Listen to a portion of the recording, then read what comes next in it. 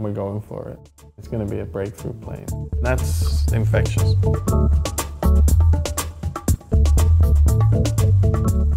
So I'm here with John Barratt, who's the CEO of Teague, a design consultancy which has worked very closely with Boeing on the design of the 787 Dreamliner that is said to be the most successful airliner in history, even though none of us have been on one yet.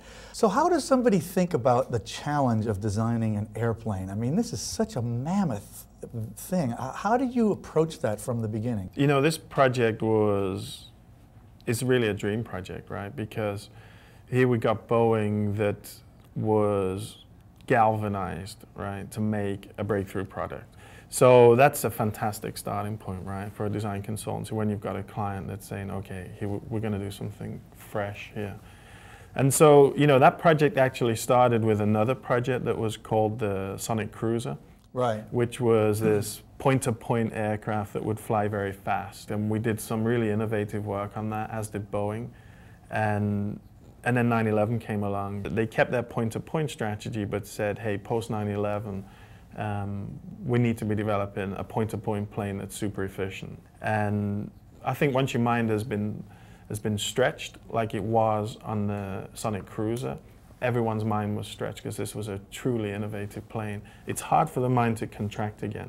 So when we started the 787, which was a different mandate and about efficiency, people had got used to the Cruiser and basically said, okay, we're going to make an efficient plane, but this is still going to be a breakthrough plane. Describe a little bit about what this plane is going to feel like when we get inside it. You're going to know you've never been on this plane before. So everyone says when you took your first flight when you was a kid, everyone remembers that experience, right? That's been lost somewhat in recent years with aviation. And I think the goal with this plane was, let's try and reinvigorate a little bit of that. You'll enter the plane on a regular jetway.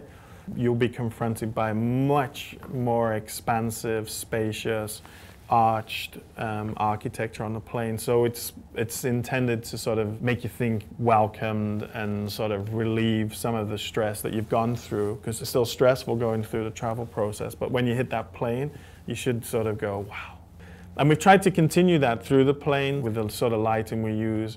It should really create a much more spacious, open feel. And if you want to bring some romance back to flying, you've got to reconnect people to actually flying. And one way of doing that is to ensure that wherever you're sitting or standing on this plane, you can see out and you'll be able to see in a horizon line. This plane's going to have windows that are 50% bigger than any other plane out there. Whether you're in the aisle or in the middle seat or even standing up walking to the bathroom, you'll be able to see out of the window. And that was something that was crucial to the design of this aircraft. In addition to that, there's a lot of sort of environmental improvements that Boeing was able to make. You know, there's much better air purification systems. Oh, that's a good one. Yeah, the humidity is much higher, in fact. Normally when you fly, the humidity is really, really low. Right. That's why they recommend you drink a lot, and that's why you get headaches sometimes. Well, on this aircraft, they've been able to increase the humidity, so it's a much more pleasant environment. So things that you probably won't feel immediately when you get on it, but after 8 hours of flying, you'll feel better. And those were all things that, as a designer, you were involved in? That was a Boeing-led innovation, but it's something you can play off of or work with? Yeah, completely. I mean, it just plays into this bigger picture of rejuvenating the flight, right? I know you went to great lengths to try to understand what consumers really wanted in air travel, and I'm sure you found that many of them were deeply dissatisfied.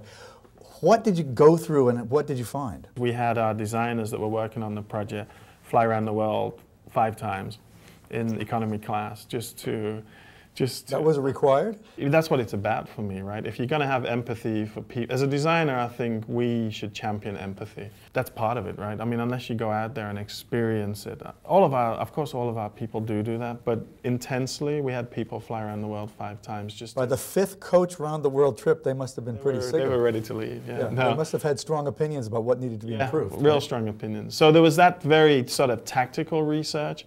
But there was other research. There was a lot of research that Boeing led, but essentially what it was about was globally tapping into the latent needs of people. So needs that can't be observed through ethnography, or needs that can't be documented by observation, but needs that are subconscious. And we were involved with that as well. So there was just tremendous amount of information gathering before this exercise really, the design exercise really began. Given that a plane like this is going to be probably end up being flown between every 2 points we can possibly imagine by every kind of person on the planet, right? Was there any aspect of it where the global market was more deeply considered than you might have in the past? Everything about this was about a global plane. I mean, this plane will fly a third of the way around the world without refueling, right? So this is very much about long distance travel. Much of this research was globally based, right? So it was in Asia, in the Americas, in Europe. And it was really about understanding those different cultures, and not just understanding them on a superficial level, but getting to understand sort of the psychological aspects and the attitudes and the sort of almost inherent core drivers in people. And so there was that type of research more on a psychological level, but Boeing also has a facility in Everett called the Passenger Experience Research Center. So they get about 100,000 people coming to visit them from around the world. And we worked with them to locate a Passenger Experience Research Center really close to that.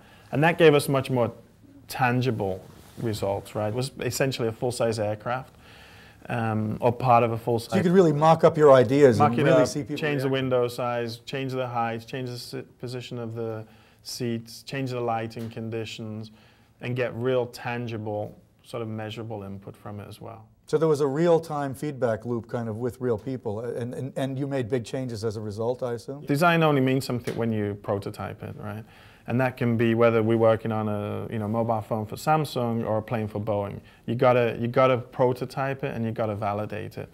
And that doesn't have to be quantitative, you don't need to do 3,000 people around the world. You can do it with small sample sizes, but get really rich data quickly so you can iterate on a design. You used the word empathy before in terms of what you're aiming to achieve here as Boeing effectively offering an experience to the airlines, or the airlines offering it to their passengers.